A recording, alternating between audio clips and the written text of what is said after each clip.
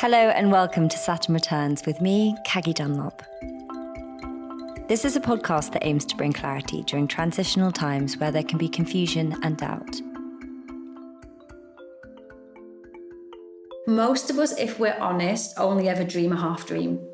And so it's about then, well, what is the big dream? If none of this was like, I knew, what would your life be like? What is it that you want? Where is it the direction? Like, I talk a lot about your true north, like the compass of your heart being in your true north. What is your true north? Now, I'm very excited because I'm reunited in this episode with my friend Kirsty Gallagher. Back by popular demand, you guys seem to really enjoy last season's episode where we discussed everything to do with the moon and her work around lunar living. And in this episode, I got Kirsty back because the first time around, we just went into the basics. And now we really home in on how you can really work with the lunar cycle to start manifesting things into your life, to start really unearthing some things that have been bothering you for a while. So we kind of go into the 4 different sections that you can use. And mainly the big thing is journaling around this. So I learned a lot from it. And I've only just started working with the moon over the last, I guess, year and a bit. So I just love it whenever Kirsty and I spend time together because she's got such a great energy. She's become one of my dearest friends, and that's all through this podcast that we met. And so I'm very grateful for her, and I hope you guys enjoy it as much as I did and learn something from it. But firstly, before we get into this episode, let's quickly check in with Nora, our astrological guide for the season. The moon in astrology reveals, among many things, how you like to be nurtured, how you emote, the affection you received or didn't receive during your childhood. It represents who you are when you feel emotionally secure and loved, and when you feel emotionally insecure and unloved. There's a lot one can derive from the moon in one's birth charts, but the most valuable revelation of it, in my opinion, is the subconscious, our receptive, yin, absorbing, and at times dormant nature. By understanding the state of the moon at the time of birth, we can access our subconscious blockages, our subconscious desires. We can access what is truly our own nature and what has been nurtured, what has been imprinted on our subconscious during our early years. So then we can understand more how our life story has been unfolding and how to take charge of it. The moon is the gateway to our subconscious. And it's like Carl Jung said, until you make the unconscious conscious, it will direct your life and you will call it fate. So Saturn return brings us several opportunities to make the subconscious conscious. Whether we recognize it or not is up to us.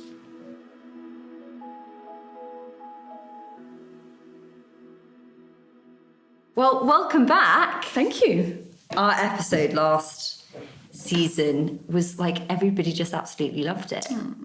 So nice. And things have been going really well for you, haven't they? They have. Can you tell us what's been going on?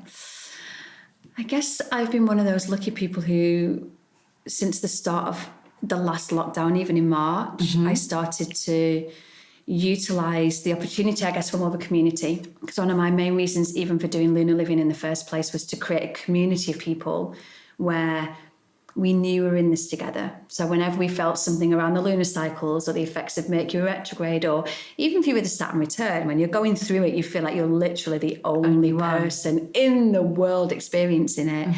And so I wanted to bring a community together of people who are like, I'm feeling this too, and I've got you, and you've got me, and this is incredible. So I started doing kind of live yoga moon meditation classes where we'd gather together under the energies of the moon and share how we were feeling and experience those energies together. And they've been going so incredibly. Because I definitely noticed since all of this has happened this year that I feel like there's been a massive shift in the sense of community. And I think before, when people had work and that kind of infrastructure, that was the community. But now that people are more at home and working remotely and stuff like that, they're craving something that's a bit more esoteric. And so this kind of thing seems to have completely boomed, really. Absolutely. And I think I remember when we very first went into the first lockdown back in March, and I think it was on Chris Evans, and he kind of said to me about the moon and uniting people. And I was saying to him that the moon is one of the only things in the world that brings everyone together. We all see the same moon in the same sky, in the same phase, at the same time. We all experience a full moon on the same second and a new moon in the same second. And there's not many things anymore that unify us. And my mum and I even used to have this little thing in lockdown, because my family is still all up north, where my mum would look at the moon and I'd know I was looking at the same moon as her. And so even all of us being apart, we can still all look at the same moon and feel the energies together. And it's unifying to know. Yeah, and perhaps it's from meeting you and do it, because obviously the Saturn Returns podcast only started in lockdown as well, which is crazy because I feel like we've both been on, like, I know, it feels like what we've both been doing this year is just kind of insane the way it's gone. But I've definitely noticed a lot more people interacting with this kind of work and like a lot more of it on social media, and it becoming a lot more normal, I guess. It's like normalized to it within the conversations that I have within my friendships, within my like people I work with, saying, you know, are you feeling this full moon or whatever? Whereas like a year ago, that just wasn't in my language. I think a lot more people though have slowed down over this time, because before we were so busy that from 7 a.m. to some people 9, 10 p.m. they'd be on the go running. So you wouldn't have time to tune into energies. People have got more time now, I think, to spend with themselves. And even for a lot of people, that spending time alone brings up a lot of issues and things and thought processes. So I guess people who've even got into more the esoteric to understand themselves a bit more while we've had this more alone time or downtime, where in the world pre this, there were so many distractions. I feel like people have just suddenly had this moment to either be alone or even relationships suddenly actually have to spend time with the people you live with, in close proximity with those people that you live with. And so I guess... Or with yourself. Oh, yeah. And for a lot of people, I think they find that really quite scary. So difficult. And confronting. So difficult. It's so... I'm only smiling at you because it leads us just beautifully into talking about how to work with lunar cycles and how to get the most out of them. And that's one of the main things, is to just, even if we've got a lot more time now, but even beforehand in our I mean, do we use the word normal, but our old lives, I used to say to people, even if you can just carve out knowing a dark moon is coming, a new moon is coming, even if you can just carve out 2 hours of an evening where you don't make a plan to go out there and be busy, and instead you make that plan to sit and to be with yourself, to check back in, to catch back up. Why would you say is the main reason people aren't able to be there in the moment? We're afraid of listening to that deep inner stirring, because that deep inner stirring highlights us to where we're out of alignment. And one of the things I talk to people about a lot is that we have choice in life. It's a human privilege that we have choice in, even in terrible situations of what we're going through now. We have a choice of how to react to it. We have a choice of where we put our attention in all of this right now. We have a choice of whether we view this as an opportunity for growth and learning, or the worst thing that's ever happened to us. And our choices will create the narrative around how we deal with this situation. So for many people, when we can deny there's something wrong, we can pretend that there's nothing wrong, we can not listen to our emotion or suppress or eat away our emotion or drink away our emotion or party away our emotion. Numb our emotions, we don't then have to face the fact that we're not quite living the life that we want to live. Whereas I feel like all of a sudden when you get faced with that moment of stillness, and like me, I look around and I go, how many hours a day going out of the house at 7 a.m. and not getting back in until 10? Wow. And then I had to make that choice of, well, how do I now change this? How do I, if I don't want to live this way, how do I want to live? And how do I focus my intention to make that new life happen? And then that involves then me, A, making a choice, and B, having to actually do something about making a change. And again, make it everybody else's fault. Yeah, so the thing that keeps coming up for me now is victimhood. Is like, and I don't think people are necessarily conscious or aware of it, but we get stuck in this victimhood consciousness of like, this is happening to me, you know, everything's bad. I'm, you know, the victim in the story of my life. And that is a choice. And that was actually something that was like a huge component to my Saturn returns journey. I remember when I went to a retreat in Spain at 27, we had to do this exercise. It was like a very sort of spiritual deep dive. And at that point I was dipping my toe in the water, but it was quite full on for me. I was like, I don't belong here. And to be honest, I was judging everyone there. I was judging like the whole thing. And my ego was just intercepting, being like, let's fly home. This isn't the retreat of like green juice and kind of yoga and stuff. This is like, you know, this is hardcore and I don't want to be here. Yep. And anyway, there were my friend, a girl that I actually went to school with, but we were reconnecting at this point. And she was like, just give it the day. And we started doing these things like free movement and kind of like I was tapping into my body in this way that I was like totally disconnected from my body. I was all up in my head. And this thing that emerged through the course of the week during a couple of days of silence, and also when we had to do like a line, and it was the line of our life, and like we had to pinpoint key relationships that had come up. And that could be like, you know, an interaction with someone in a shop one day. If that felt significant, that was significant. Or, you know, romantic relationships, our parents, like relationships, whatever. And as we were like writing through it, I was kind of like, why are we doing this? Why? And then we had to like pick out the really, really key ones. And then it was like another layer. And this was just going on and on. And then there was a list of questions that we then had to apply to that person that they'd given us. Wow. And we were going through it all, and it seemed all like random and not significant. And then there was this one question that came up, and I remember reading it and going, don't understand the question. And it was, what role did you play in this? And I just was like, what do you mean?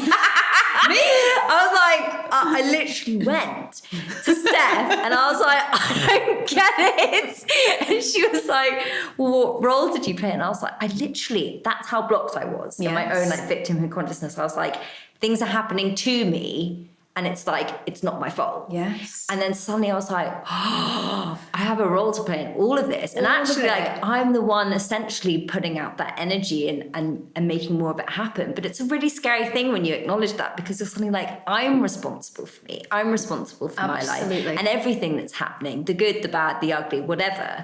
And even I have to catch myself with it now when I like snap back into a default setting of like, it's a lack of trust in self, really, that victimhood consciousness.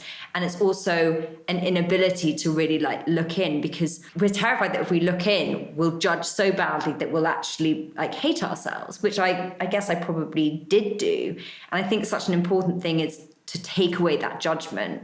And that's what, you know, being friends with you and doing this kind of work and like working with the moon, I'm like, always the first thing is like, take away all judgment. That story's so incredible, because for me, it really is. I mean, I laugh to myself because I can hear your little voice going, well, why are they asking me about me when we're talking about how everyone else is like, fault? Oh, and he did that, and they did that, and but I didn't do anything. That's the moment, and I say this even in my Lunar Living Sisterhood a lot, that's the moment you take back your power. Mm-hmm. Because while it's somebody else's or something else's fault, you have to wait for that person or thing to change before you can be okay when you're in that mentality. It's my boss's fault that I'm unhappy, so therefore I have to wait for my boss to be nicer until I can be happy in my job. It's my boyfriend's fault that I feel like this, because if he didn't behave like that, I wouldn't feel this way.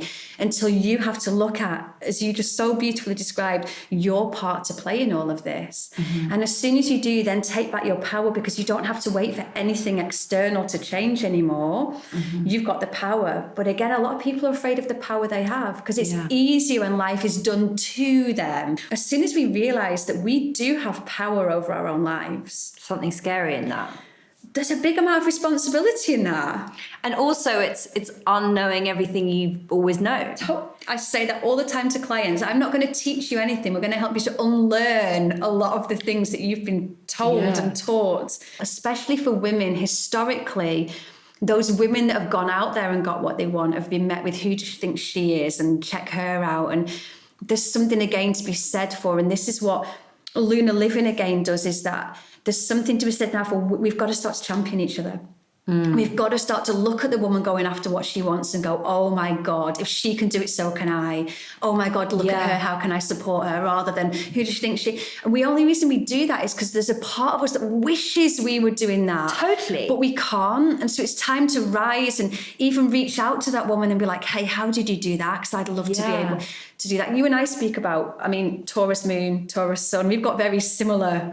And we talk about that a lot, about rising up, and we have a good support network, I guess, as well in each other of helping. But that's what traditionally women would get together every new moon and they would support each other and they would say to each other, and this is back centuries and centuries ago, and they had different things going on then in life, but how can I support you? What do you need? Where are you at? What's going on with you? This is where we need to come back to the feminine wound, doesn't it? Yes. That we were all sort of put up against each other when there were the witch trials and stuff like that. So there is, and I have to be quite conscious of it because it just comes up. It's an ancestral thing, and you're suddenly like, "Ooh, I'm feeling really like bitter or resentful, or like there's sort of scarcity mentality." And I was actually writing about it the other day in terms of I felt like sometimes within the friendship group that I was in, that I was scared to get up from the table because I'd feel like there may be a dagger in my bag. Wow. And then I suddenly was like, do I want to be sitting at a table where there's a dagger in my bag? That? Yes. But I think a lot of people will relate to that because we just go into a friendship circle and there's like a subconscious contract where it's like, okay, we'll stay in this space and no one like steps out of it. No one evolves too much. No one grows too much because it will highlight that I haven't. And we kind of like stay in this like stagnant place. And then if someone moves and tries to like go in a different direction, develop personally, people don't like it often. And so like that sort of filtering out of relationships can be quite a painful one because there is this sort of this in between. But then people, like the way that you and I came into each other's life, for instance, it's just like there's just support there and we're on our own paths and we kind of like want the best for one another. Absolutely. But you have to trust that will come in and also like really address that part of you because we all possess it of like, all of us do. I'm feeling bitter, like, oh, I don't want to help that person. Where is that really coming from? Is that like my truth or is that something old that's not mine? And kind of really dismantle that. But that's the key. We have to begin to feel our emotions again because we feel bitter.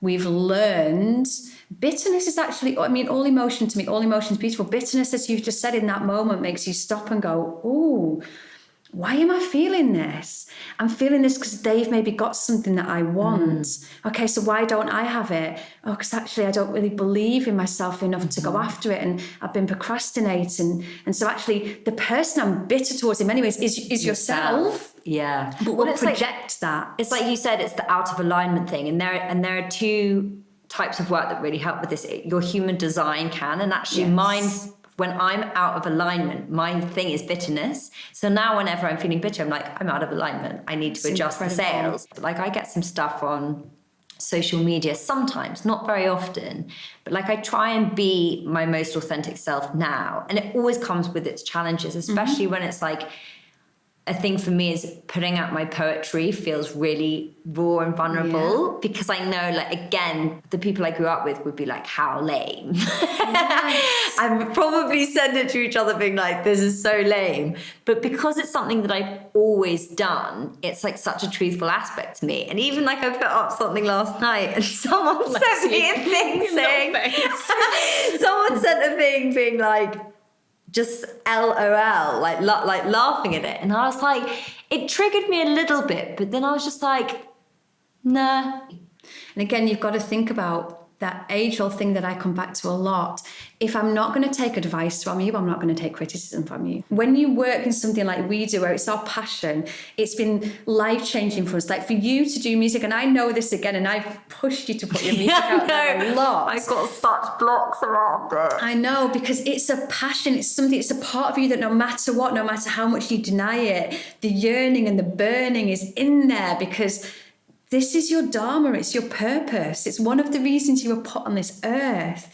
We never feel that way about something unless it's truly purposeful and intended. As in, because I always thought, well, I get such a bad anxiety around performing that it can't be right for me. And then I read somewhere it was like the opposite of love isn't hate, it's indifference. As in, if you're indifferent about something, you then don't care. Maybe it's not. You have it's to not care right. to still hate something. Yeah, exactly. And like to have a strong physical or emotional response. So I don't know. People say, what is hell? It's being met by your potential, like when you die and realizing you never became it. Yeah. And I was like, gulp. But Anyway, we veered off course a little bit. We always do. We always do. But let's get back to the moon and its magic. Yes. Where do we begin in terms of working with like 4 aspects of it, let's say? 4 aspects. So this is a question I get asked a lot about where do I start? It's all really complicated. And I understand in the beginning, yes, it is. But start really simple. I get so many people really upset messaging me being like, I didn't do my intentions last night. And I'm like, well, then do them tonight. It's like, it's all okay. Grab a pen and a piece of paper, 5 minutes, you're in, you're out. But you're holding yourself accountable. And that's what lunar living does. It keeps us accountable so that we don't set a New Year's intention and then suddenly in November we're like, oh no, didn't do anything, forgot about it. So we start with the new moon. I always have to include the dark moon because that's the place in the lunar cycle that holds so much power. So the dark moon is about the 3 days before the new moon. And the dark moon is the lowest energy and emotional point of the lunar cycle. So it's when we feel the most emotional. It's where everything gets on our last nerve. It's when we feel really raw and exposed. It's when we take everything in that everyone says to us. It's when we really feel the most in our victim and our most vulnerable. And the reason that this happens is because our emotions are indicators of what's going on inside us. So just like the moon turns the tides on the earth, we have this same watery inner world of our emotions. And the moon takes us into those emotional depths to say, what are you feeling? Bitter, sad, angry, brilliant. Who are you feeling bitter towards and why? Who are you feeling anger towards and why? What are you feeling sad about and why? Because these are all those areas where your life is out of alignment. This is what you need to know. This is like the true snapshot of your life right now in these few emotional days. So pay attention. When the new moon comes, then the new moon says, okay. Sorry to interrupt. How many days is that before the new moon? So again, don't complicate it. There's about 8 phases. Well, there is 8 phases. I mean, there's 8 phases. Each one lasts about 3.5 days. So I normally give 3 days to each phase. So about 3 days before the new moon. And so if you start to look at a calendar or come onto my social around that time, you'll suddenly be like, oh. Yeah, because I'm thinking as you're saying this, I'm looking back and I was like, wow. At that dark moon, I was literally in like... the depths. And actually, I talk quite a lot about our menstrual cycle and how that aligns with it. And now mine has moved from the new moon to the dark moon. Oh, to the dark. Okay, yeah. Perfect. Which meant it was like a double whammy. I was just like, because that is something that the cycles of nature want you to really be in. They want you to be in that moment because then they're like, brilliant. Okay, so now what? Because so many of us never stop to check in with what do I actually want. And many of us, and I talked about this because the last new moon we had was in Scorpio. And the Scorpio moon likes us to dream a little bit bigger. And there's lots of aspects with this moon that meant we were being asked to expand and to go bigger. Most of us, if we're honest, only ever dream a half dream. Yeah, I love that. We only ever dream a half dream because we're always, there's that little voice that says, yeah, but if you really dream that big dream, and what if it doesn't come true? What if you don't get there? What if you don't make it? When you sit to dream this half dream down here. Totally. And so it's about then, well, what is the big dream? If none of this was like, in you, what would your life be like? What is it that you want? Where is it the direction? Like, I talk a lot about your true north, like the compass of your heart being in your true north. What is your true north? Where is your direction and what are you headed to? Is that connected with your north node and south node? Yes. Yeah. Towards your true north. Because interestingly, I was looking back, because I'm still like a newbie really with all this stuff and the terminology, and because I'm quite dyslexic, it does tend to go in one ear out the other a lot of the time. But when I was looking back at a astrology reading that I'd had, like, I don't know, several months ago, and it was on Zoom, so it was recorded, and of course there was like so much stuff that was said in it that just went in one ear and out the other. But she was looking at my south node and my north node. And so in my south node, it was all this energy of like giving to community, creating space, like, you know, the podcast, all that kind of stuff, and giving. She was like, but you have to balance it out with where your north node is in Pisces, which is your kind of emotional self and your expression in terms of like performing and things like that. Yes. And it made me think of you, because you're always like, why aren't you singing? Why aren't you doing that? And she's like, you need to do the stuff that gives you purpose,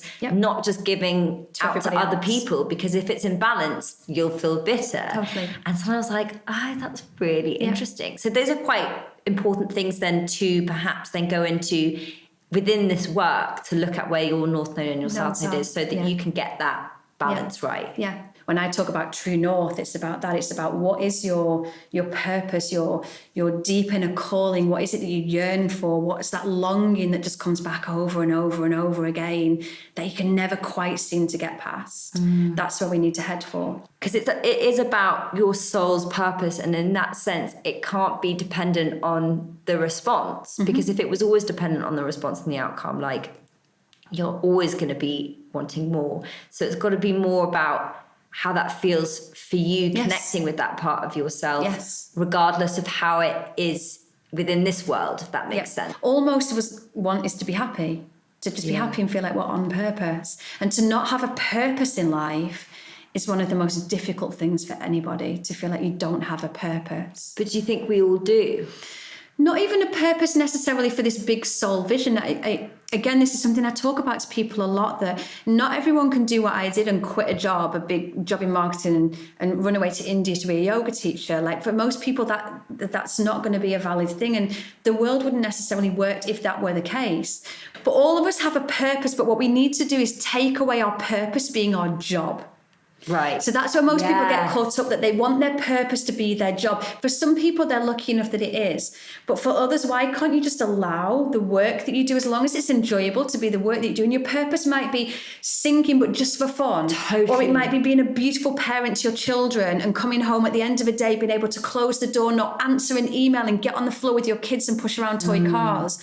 Your purpose might be to be the friend that everyone comes to in a time of need, because you've just got the right words to say to them. Your purpose doesn't have to be your work. It's quite a lot of pressure that we put on ourselves, that our work is our identity, is our purpose. And actually, I think that leads us into a lot of trouble. And it has me, because I think, for what I want to do with singing and stuff, it's like, it doesn't need to be this massive thing.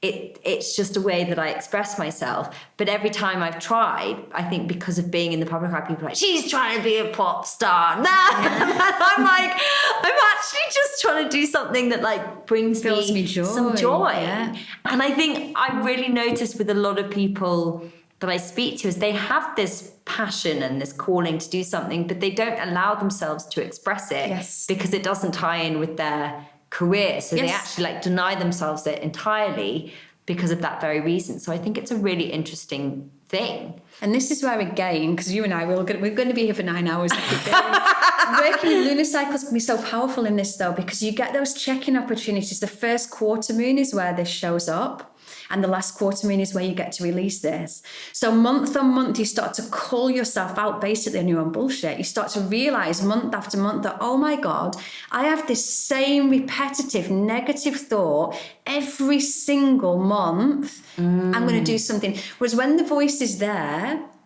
most of us don't know the voice is there. It's the voice we've lived our whole lives, until we start to really take that step back and listen to the voice and go, hold on for a second. Well, as in, because it's coming up at the same time. It'll come up at the same time, or it'll be the same story, or the same every month. So then at least we start to, because we're consciously taking a look at ourselves, taking a look at our intentions and our purpose and our dreams, we get to consciously then see what stands in the way. And 9 times out of 10, it's us. It's us that gets in our own way. The outside world doesn't actually care as much as we think. I know.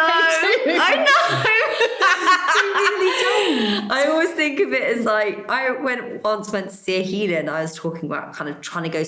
I was so obsessed in tunnel vision on the music at that point that I had to become this like superstar pop star, because that's what everyone had told me like was the successful way of doing it.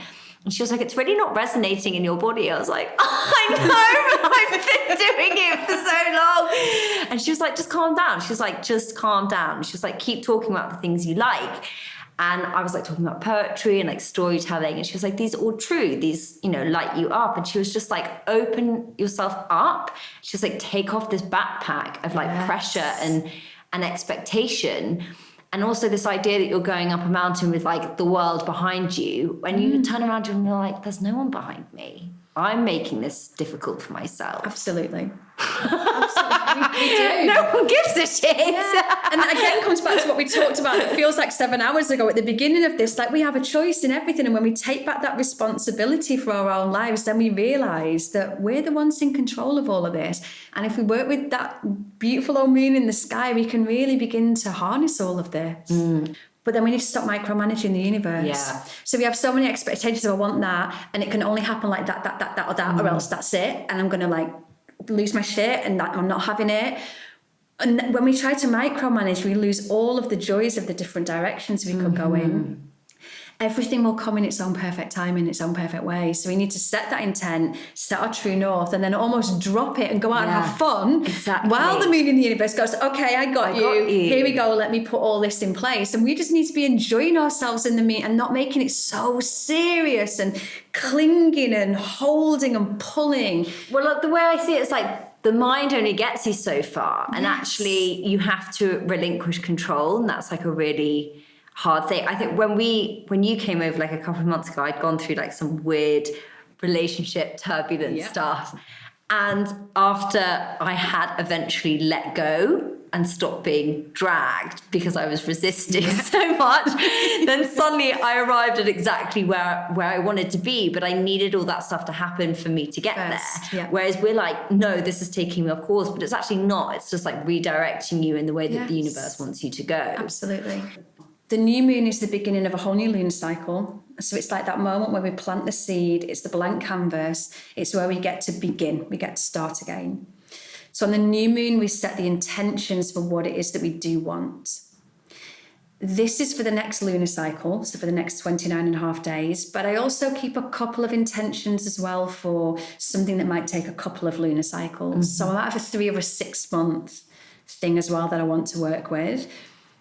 I'd say don't work with more than 3, 5 maximum Things. Yeah, because otherwise it becomes a self-sabotage when we give ourselves 25 and we don't do anything about anything. Yeah, and then it becomes too big. And so again, I say to people, when you first start working with lunar energies, pick something really, like when people start working with the law of attraction and they ask for a car parking space. Yeah. Because the car parking space we don't hold any real emotional attachment to. So if it comes or it doesn't, we're not going to throw ourselves on the floor and be really upset. If we didn't get it, we might be a bit disappointed. Start with smaller things so you can build that confidence and trust in yourself. You said it beautifully before about how we like trust in ourselves. And what an intention gives us is an intention isn't like a goal. So a goal is something external, like I want to be able to run 5K. But the intention behind running a 5K would be that I want to actually, what I really want is to be able to feel fit and well and healthy enough in my body that I can do that. The intention's a feeling, exactly. So once we get the feeling behind what we want, then we can start to put that into action. And I think it's really important because when we say get specific, people then are like, oh, I'll get specific on like the car make I want or whatever. But it's not about that. It's about the energy. So like if it is, say, a romantic partnership that you're wanting to call in, don't start listing like what's on their CV and how much money they're making a year. Like be like, what does the energy of that person feel like? How like do our energies feel together? Like those kind of things that are less tangible, I guess. And I think that the universe responds a lot better to that. Yes. And so even to our subconscious mind works our feelings. Yeah. You can say anything because you want, can feel it. But if you don't feel what you're saying, it won't make any difference whatsoever. Totally. So we have to be able to feel to get into that feeling. Yeah. And so again, when I write intentions, and I get people to write intentions, I want to know how those words make you feel. Like when you read them, do you feel as passionate as you do about singing when you read those words? Do you feel like, yes, that's something I really, really, really want? Or do you go like, I would like to get you've got to put that feeling behind it. So those intentions are about. And remember, we're working with something here mystical and magical, so go a bit dreamy into it as well, of like if the whole universe and the whole of the stars and the planets are on your side, like what would you want? Get into that real feeling of adding a little bit of mysticism and magic to it all as well. As the light of the moon and the moon grows and grows and grows, our energy builds with the light and the energy of the moon. So we'll start to feel more energized. We'll come out of that little dark moon funk. We'll start to feel like there's a little bit of like a glimmer of hope. We'll start to feel like things are kind of, there's potential out there. There's opportunity out there. So as the moon waxes and waxes, it's almost like the growing light of the moon begins to direct us to where we want to go. So we'll start to find with the waxing moon that we'll think about someone and they might call. We've got to be really looking out for the signs and synchronicities. We'll need some information and someone will tell us about a book, or we'll see a book sitting next to us on a table that someone's reading and we'll be like, oh, that book looks really interesting. Notice the signs. Notice the synchronicities. Follow the pings. Exactly. Do as much as you can. This is the outward facing part of the lunar cycle where you also need to put yourself out there. So the universe will always meet you halfway. You can't just sit at home and expect your new partner to come unless he's the postman. He's not going to be knocking on your door. I love that. So, because I definitely used to do that. I used to just wait, being like, why isn't it happening? you've got to come outside. But even if that's just, and again, to your point before, you're not necessarily going to go to bars because you're not going to meet a man that wants to go to bars. So it's going to be more a walk in the park or... And it's not that thing of being like, okay, well, I'm looking for this, and now I've got to go out and find it. Because I'm such a believer, like, the more you're searching for something, the less likely you are to find it. It's just more about, okay, what feels like the right thing to do today? Like the way that we always bump into each other in Hyde Park. It's really weird. Okay, me and Kirsty literally go into Hyde Park. We have no plan on meeting and we just walk straight into each other, and neither of us go the same route. We go squiggly routes every time. And nearly every time we do it, we say, oh my goodness, I never walked down this path, but something said to me today to just walk down it. We do that all the time and now. Then we stop and have like the chat that we need to have. Yes. And it's so cool. And that's how it happens. So it's at least putting yourself in a situation where something could happen. Yeah. Without thinking, I'm going to go to Hyde Park today to make this happen. It's about, I'm going to go and walk today. I'm going to go and put myself in to this yoga class today, and all these things that we can do that at least put our energy out there. Yeah. A week after the new moon, you get that first quarter moon. So this is the time just to pause and have that little mini check-in, because the first quarter moon brings two things. It first of all brings a sense of things starting to come together. So we'll get that energy of like, oh, halfway to the full moon, yeah, it kind of feels like there's something a bit exciting about there. What's coming together? What's working? What am I doing that feels like it's moving me in the right direction? Equally, this is where your inner critic will show up. So this is where your inner critic will go, are you really sure? You can't really do that. Like, how about you probably just don't bother because you probably won't achieve it anyway. So this is the time to notice why and what are you doubting? Who are you doubting? Why are you doubting in yourself? What's the voice of the inner critic saying? Don't do anything about it. Don't sit there and agree with it. Just make a note, if you journal, in your journal, of I feel like this is coming together because I made these couple of phone calls and I sent out my CV to a few places, or I got clear on what I want from my relationship, and I kind of feel in that space now. I feel romantic. I feel that energy. But equally, these are also some of the other thoughts I'm having. Then just carry on about your life. As the moon gets bigger and bigger and bigger towards full, you'll start to feel your energy rising. We have a lot more energy around a full moon. That's why the energy out there on the street feels so crazy, because that lunar energy is now like, what last big push can you give to this? You've set these intentions. You've been going out there throughout the waxing moon. This is a time as the waxing lunar cycle as well to say yes. If someone calls and invites you somewhere, say yes. Just say yes, say yes. Even if it feels a bit odd, you can leave if you don't like it, say yes, because you just don't know what's going to happen when you get there. It's a time when anything that's presented to you, any opportunity, as much as you can put yourself out there, do it. And then as the full moon comes, the full moon is a time of completion, celebration, and then release. So when we get to the full moon, we're going to again feel that emotional intensity, but this time the emotional intensity seems to be much more on the surface. What most people describe to me they feel around a full moon is either anger or frustration. And again, I believe to our point earlier that it's actually frustration at ourselves, because when we look back on the last 2 weeks since the new moon, when we review those 2 weeks of, okay, what's happened, we'll normally be like, oh, why didn't I say yes to that invite? Well, I didn't say yes because I got a bit scared that the people that were there maybe wouldn't like me and I wouldn't fit in, so I didn't go. Why did you not go over that after that opportunity, or go over to that person's house when they invited you? Oh, because I thought that I might not get it anyway, and so I didn't do it. And so we need to look at that frustration around a full moon, because normally it's frustration at the missed opportunities. Yeah. At the things we didn't go for because we listened to that little voice that said, hang back, don't go there, don't do Stay it. small. Stay small. Stay small. On a full moon, think about it. The moon is out there in the sky in her full glory. She is shining as bright as she can, unapologetically. She's not going to dim for anybody. And she's like, I need you to do the same.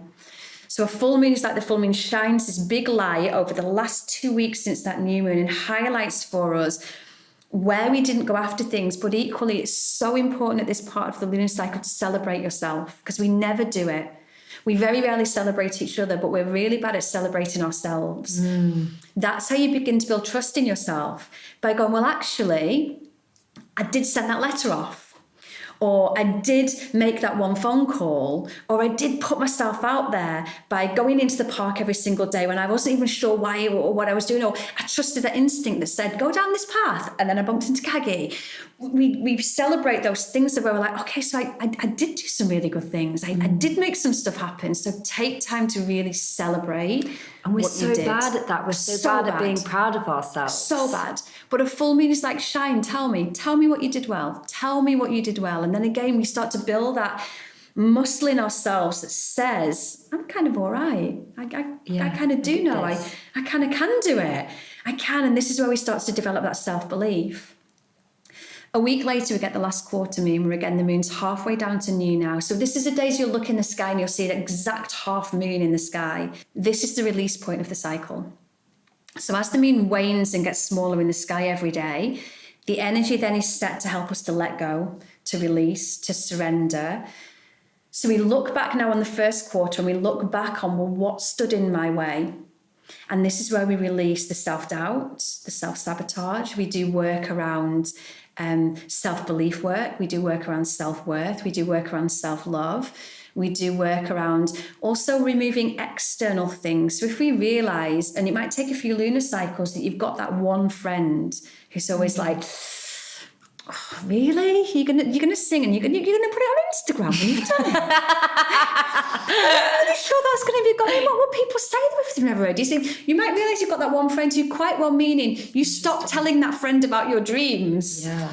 Not to say you don't need to be friends with them, but again, I say this to people a lot. Be very careful who you share your dreams with, because you only want to share them with people that are going to absolutely champion them and help you along the way. You don't want to be sharing your beautiful, precious little box of dreams with people who are going to pick it apart for you. And I think that's such a powerful thing to say, because I noticed something with me. Like I used to always dream very big. I remember I used to often telling them to my family before doing anything to action them. And then they would go, because they would be met with stop with the pie in the sky ideas kind of thing, come back down to earth, and that's never going to happen and stuff. And it would completely disempower me. So actually, I think this is a really amazing way of working with your career, essentially, and what your aspirations in life. Because if you start doing it this way, you can build up, like you say, that trust, and then keep it to yourself for as long as it needs to. And then be aware of who you're going to share it with and why. Because I think often I can only speak for myself, as we share it with people because we want that thought to be validated. Validation.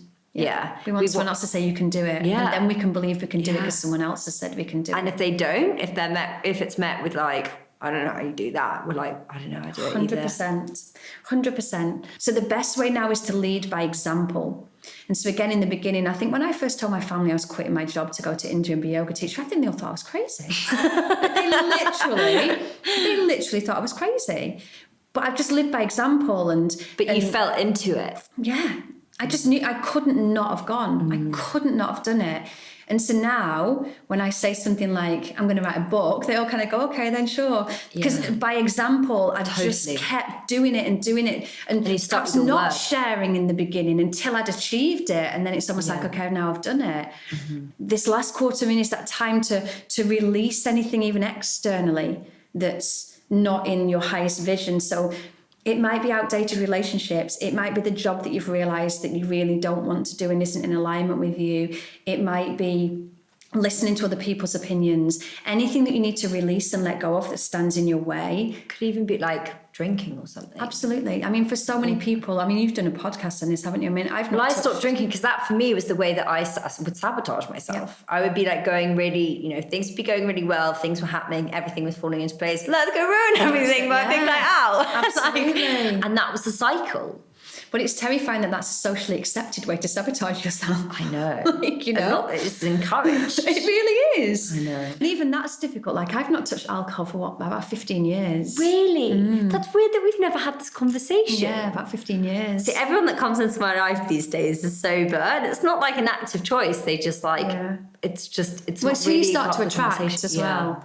And once you declare that to yourself. So even if you're going to work with lunar cycles, once you develop then that self-belief in yourself. So once you go through a few cycles, so you release on the last quarter, you come back down to that dark moon, you feel all the feelings again. You're like, okay, where am I still out of alignment? You go through another cycle.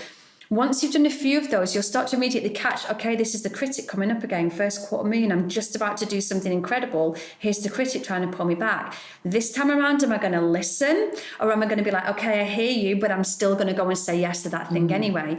You'll start to get to full moons, and before you even know it, you'll be like, I did this, I achieved that. Oh my God, look at what I actually did do. You'll build that trust in yourself to know you can get what you want. You can achieve what you want. You can let things go. You can put boundaries in place. Last quarter moon as well, just to sidetrack again slightly, is a very brilliant place for boundaries. That's where you set your boundaries around how much I'm going to let you in, how much I'm going to let you interfere with what I'm doing, how much I'm going to let your opinion matter. This is where you start to say no a bit more to other people so you can give that back to yourself.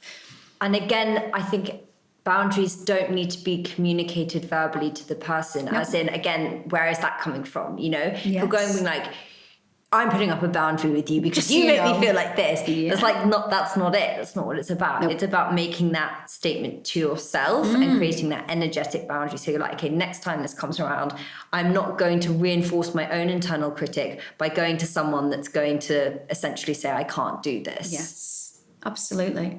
And so this is how, do you see how we're working just with one lunar cycle? We've managed to catch our inner critic. We've managed to set intentions. We've managed to realise what we're capable of. We've managed to realise what's in our way and begin to let go of those things and begin to set those boundaries and begin to trust in ourselves enough to know. And as you journey with that, even just for 3 months, you will know yourself so much better by the end of those 3 months, just from 4 check-ins a month.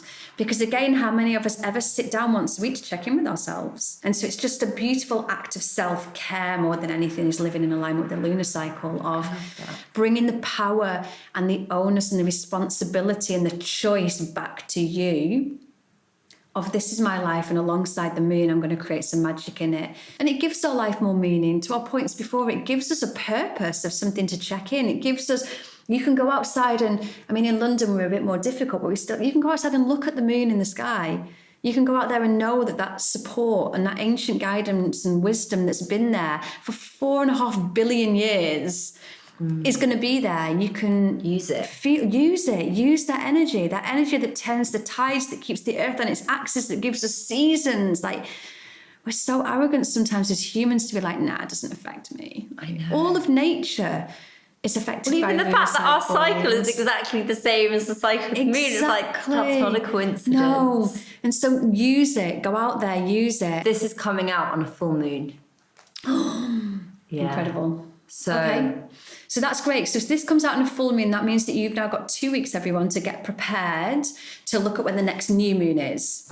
So have a look at when the next new moon is, which will be in pretty much 2 weeks' time. So if this comes out on 30th. So the Sagittarius new moon will be exactly 2 weeks later on the Monday. So 2 weeks today, Sagittarius new moon. So on about the weekend before, start to notice how you feel. And this can be now your little mission to work with the moon for the next, I'd say 3 months, but if you only want to commit to 1, but 3 months will give you a really good framework. Amazing.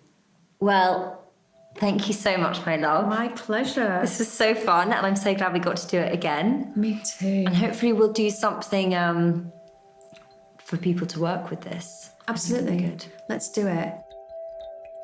I hope you guys enjoyed this episode.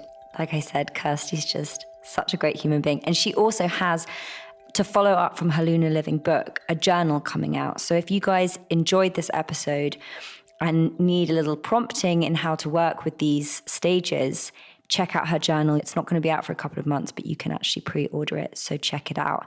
And also her book, Lunar Living, is a fantastic read.